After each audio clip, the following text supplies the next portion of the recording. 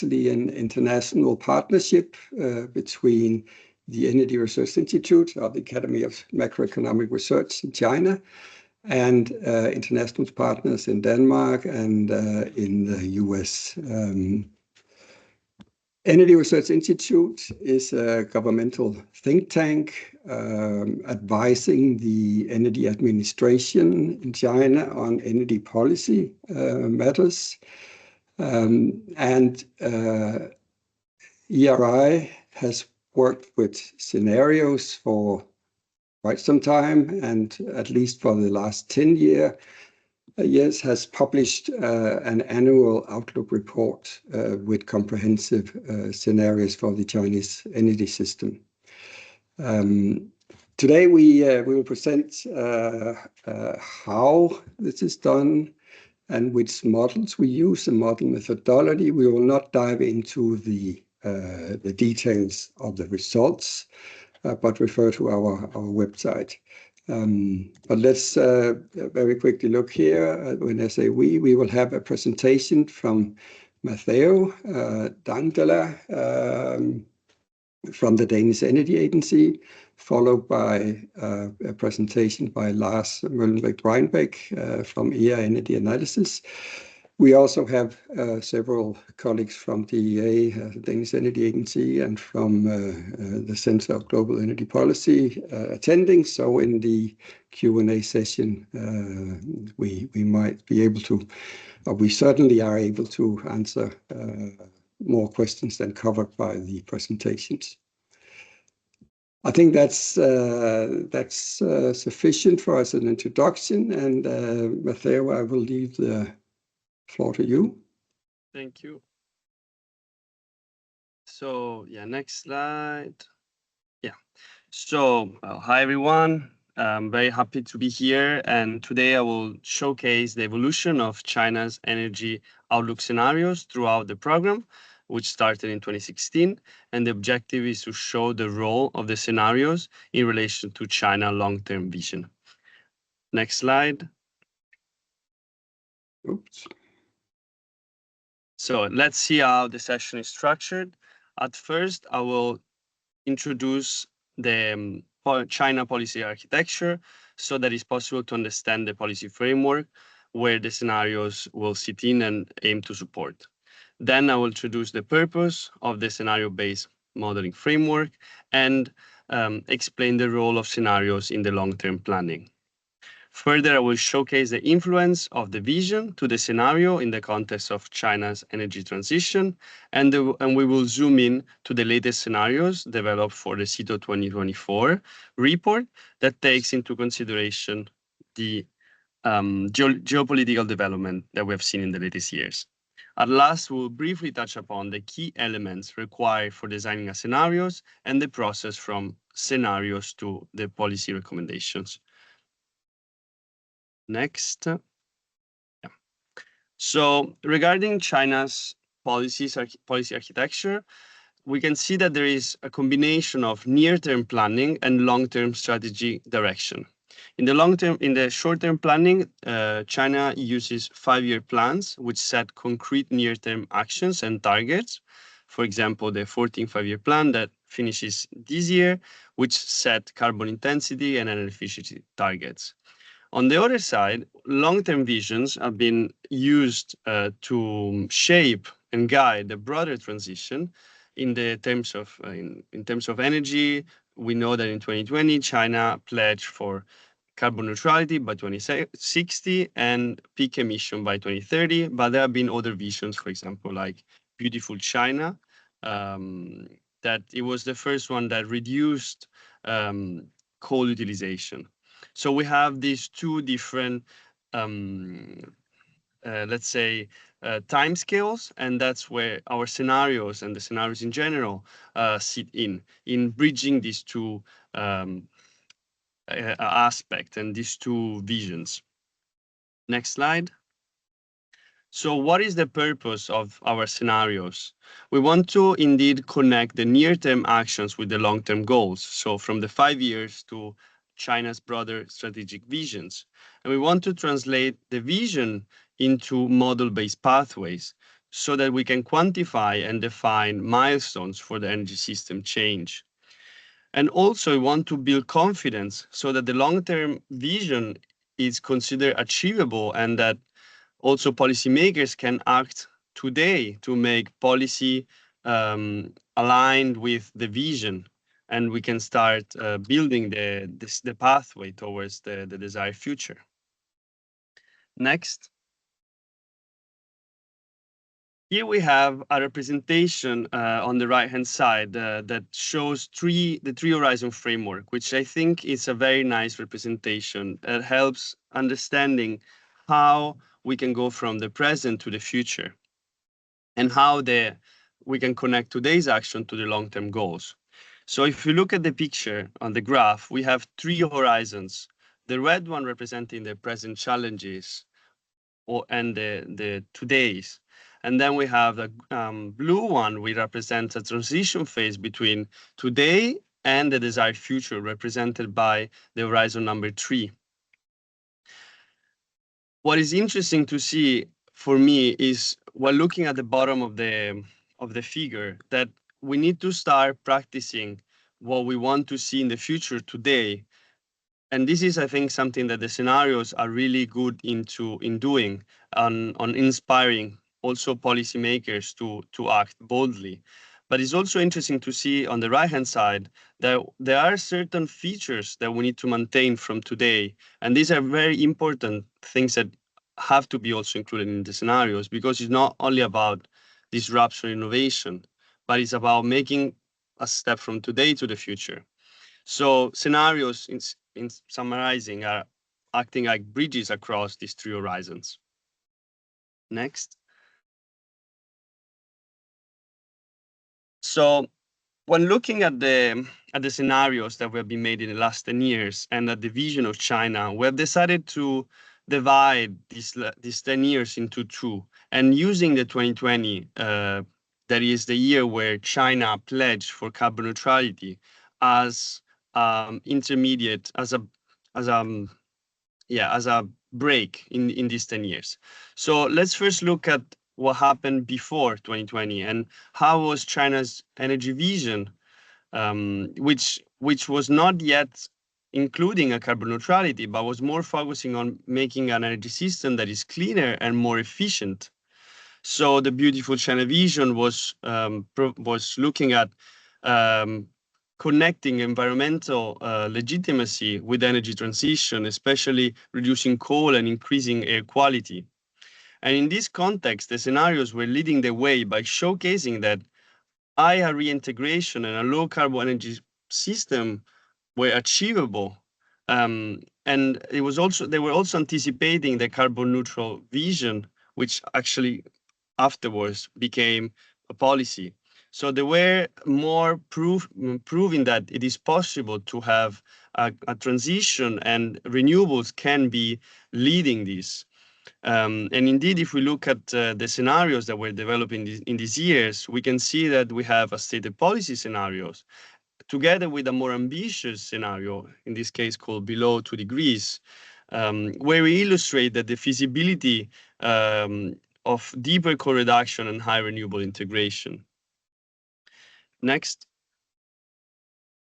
Well, if we look at what happened after 2020, in our view, there was a shift from a cleaner energy system to a net zero.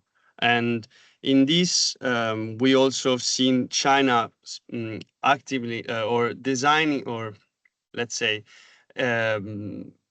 describing in how the energy system should be by defining a new type energy system vision, which includes guidelines on what are the key factors in the vision to carbon neutrality. So the scenarios shifted from proving feasibility to outlining lowest cost net zero trajectory. So to moving from feasibility to actual implementation, because it's not anymore a question of if China is going to be carbon neutral, but how to implement and how to reach carbon neutrality. Next slide, please, Core. And indeed, if we look at the scenarios, we can see that in 2020 to 2024, we have moved from having a baseline and a carbon neutrality to having two carbon neutral scenarios, which then, considering the latest development, include the latest global changes. Yeah, next slide. And by design, and when designing these scenarios, we got inspired by the shared socioeconomic pathway scenarios developed by IASA that are presented in the right-hand side figure, where there are 5 different pathways that have different characteristics, and we focused on the SSP1, SSP3, and SSP2, where I think we have decided that in the view of the growing deglobalization and regional fragmentation that we've seen in the last years, it is important to redefine baselines and include these regional rivalries. So if we look in the next slide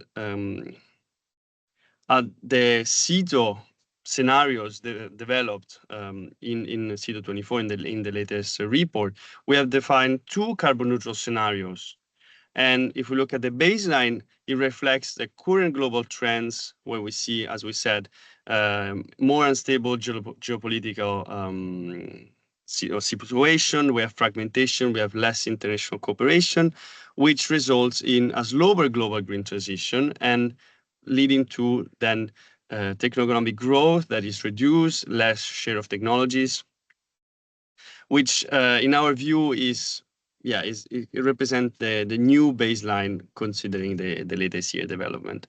On the other side, we wanted to analyze what is an ideal carbon neutral scenario that aligns more to a global cooperative environment, and this is linked with the SSP1 scenario developed by IASA, and that represent a global rapid technology diffusion, a cooperative climate, and where GDP and technology cost reduce faster due to the global environment.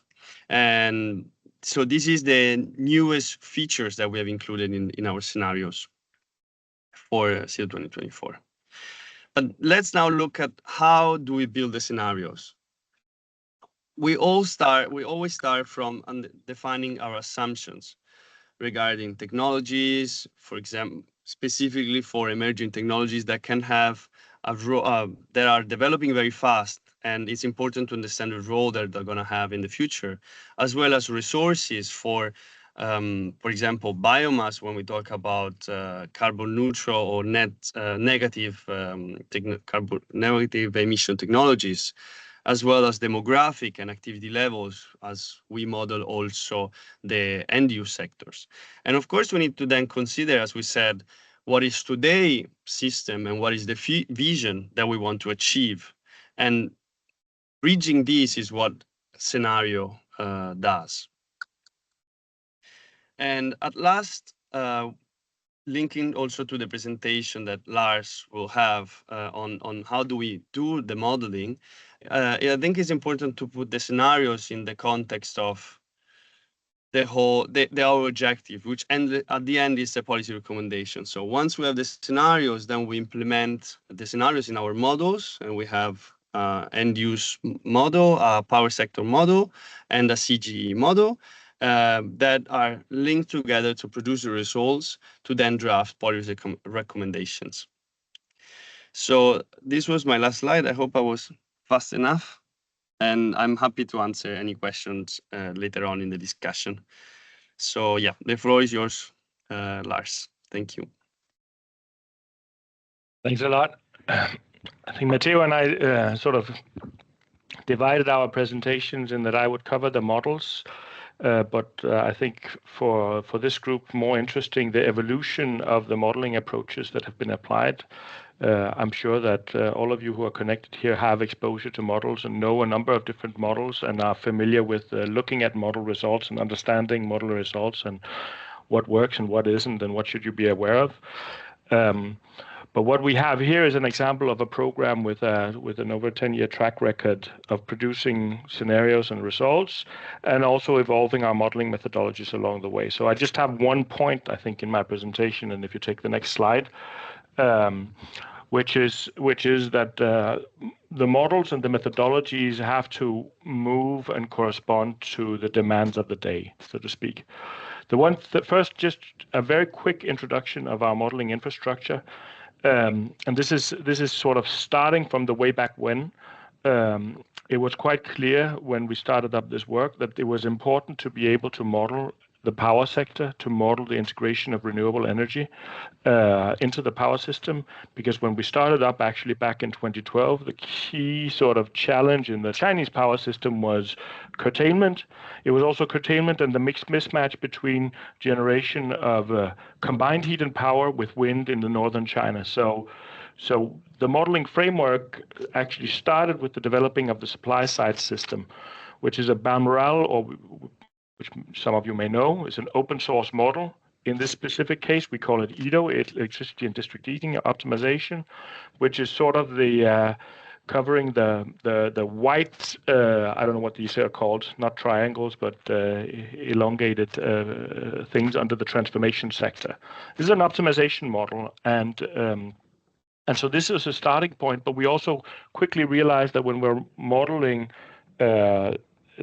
energy system, decarbonization, etc., we need to cover the entire energy system. And some sectors are very appropriate to model in optimization models, sectors which are rational, cost minimizing, etc., etc. So we use an optimization model for the core, and some things have to be operated at a very detailed time scales. Whereas other industries, maybe at that time at least not as important to have detailed hourly simulations, but important to have the whole coverage. So the second large component is the demand side model, which we call demand side model, but it's actually demand and other transformation model where we use LEAP, which gives us more freedom to decide which outcome should get out. And then we use an energy balance sheet to combine the results from the two models, and the results of those are fed into our CGE model. If you take the next slide, I'll go into a little bit more detail, just describing the Balmoral EDO model, because this is, you could say, where we have the most detail and put the most love, you could say, into the modeling system. So here we've developed a provincial level model based on hourly time resolution, covering least cost, capacity expansion, unit commitment, and economic dispatch. And from the out of the box, it sort of covers power and district heating sectors, because this is where we sort of started. But then it's an open source model, so we are able to expand in many different different directions. If you take the next slide, just to show one of the major expansions that we've seen as a product of the energy system and the energy system imperative changing is adding OptiFlow, which is another optimization-based model, but which is a lot more flexible, where we are able to simulate any type of processes that we can think of. And we found that this was actually necessary now, because some of the technologies that maybe, if you look back 10 or 15 years, it wasn't really on the radar that we had to be able to represent these. And it wasn't really on the radar how important these types of technologies, like, for example, hydrogen electrolyzers, would be in the future. Because we weren't doing net zero energy systems at the beginning, and we weren't doing 100% variable renewable systems or systems going close to that. If you take the next slide, which is my final slide, which I could probably go on about for 10 minutes. And maybe there could be some discussion about that, but it's just my sort of reflections on what has actually happened over the past, maybe 2 decades in terms of energy system modeling. When we started this work, we were sort of in the 2010s, and we were doing high penetration renewable studies. So that was sort of high penetration renewable was the sort of the concept. Can we actually do that? We were talking about marginal abatement cost curve. There were some carbon concerns, et cetera, all very interesting. 2015, Paris Agreement comes. Everybody needs to have a plan for carbon. We start talking about deep decarbonization, but nobody knows who should reduce how much. So we did the below 2 scenarios as Matteo illustrated in the past. But what does that mean for a specific country? How much was the burden, etc.? Of course, the system evolved. VRE became cheaper. We're starting to see the emergence of battery technologies. We're starting to see more and more scenarios having very, very high penetration. So sort of this expanded. We needed to be able to see, okay, how do we actually integrate very, very high levels? And this had an impact on the models, but also the way we evaluated different energy sources. Different electricity generation sources. IEA came with the value-adjusted LCOEs, for example, expressing what I think the models had been doing all along, but in a very nice to communicate way. But then from the modeling side, and in terms of what do we have to include in the modeling scope, I think around 2020, for China, definitely 2020, the net zero commitments are really a watershed. Because now when you're doing scenarios for any such jurisdiction that had a net zero commitment, it's, zero is zero. And we know we're looking at the entire energy system. We're looking at the entire energy system. There's some places where we can't go to zero. So when some of the technologies that were maybe, theoretically discussed 5 years earlier, now it's, of course we need to have them. Of course we need to have negative emissions actually as part of the mix. Unless we can go everything to zero, there has to be negative emissions. So this creates a new model imperative that we actually have to include these kinds of things into. So the focus, again, the hard to abate sectors, sector coupling, which we already started with from the beginning, but it became much more imperative to have that. New interest in hydrogen. We had sort of dismissed hydrogen as a cost inefficient energy carrier. I wrote an article about that maybe 5 years earlier, that hydrogen has no role in the future energy system. But net zero means that now we have to look at that. And then you can say, okay, what happens? We have 2022, we have the Ukraine crisis, we have the whole sort of energy trilemma switching to looking at energy security again. And in Europe, we're looking at alternatives to natural gas, and we're also seeing that the RE penetration level is increasing and accelerating, and we're seeing different discussions, critical minerals, energy security, adequacy, data security, deep electrification. Everything is pushing the envelope, and our models have to be able to do more and more. And I think now we're sort of in a new era where we're starting to see, okay, one of the things that we're really in my company we're paying a lot of attention to is making sure that the representation of storage and storages is not sort of something treated on the side or something that it's really central to future energy security. And the concepts of energy security have to change. The concepts of what are energy services, what are the services that have to be delivered, and how we have to represent them in the modeling. So now we're talking about flexibility needs assessments and all these different kinds of things, which is again putting setting new and interesting requirements to our modeling. And I won't go into the whole thing about AI because that's probably going to take another 10 minutes. But these are sort of some of the reflections that actually over a very long, I guess, or some 20-year period, there's been a very large, I think, evolution step by step into the need to actually evolve our models. And it's been a very interesting journey to be a part of. And I'm hoping that it can also be interesting for some of you guys who are working with your energy transitions to think about how, what learnings could be taken away. And of course, any sort of questions or some discussions that might be inspired by this